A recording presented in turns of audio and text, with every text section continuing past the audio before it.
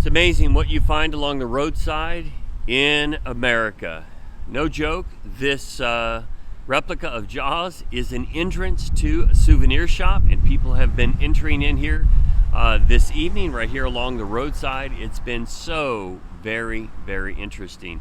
I wish I was talking about Jonah today, but I'm actually talking about taking care of the hungry or the needy, and no doubt he does look hungry. I'd like to read a couple of verses, and then I'm going to put the rest of them in the description below.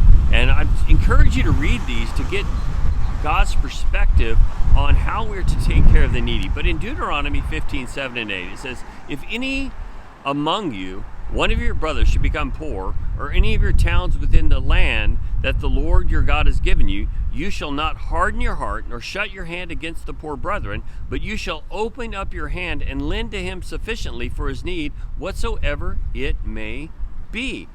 Then we see that God goes on and he begins to say in Deuteronomy 14:28 and 29 that every 3 years that you're going to give a tenth, that you can take care of the needy.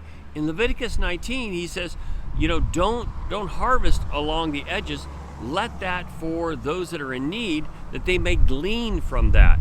And so we see several times in Proverbs that it talks about this idea of taking care of the needy. In Proverbs 14:21, "Whosoever despises his neighbor is a sinner, but blessed is he that is generous to the poor."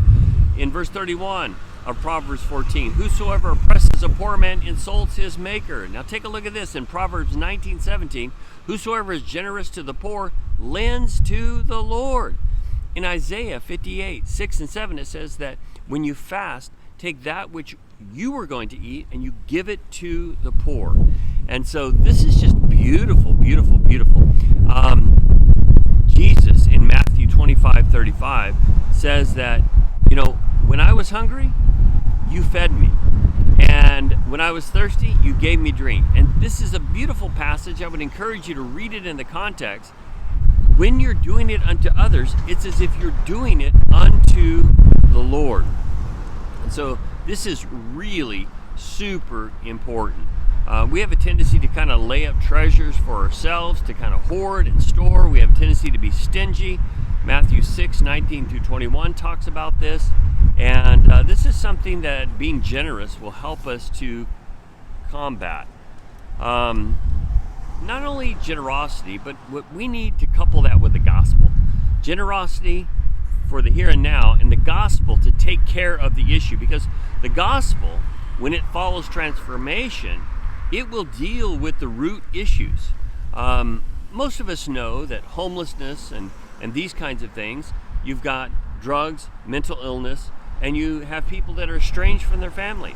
Well, transformation by the Word of God and the Spirit of God will take care of those things. It will free a person from the bondage of drugs, from, I know it's called mental health or mental illness, but we call that a spiritual issue. And so that's oppression or possession, and this will take care of this.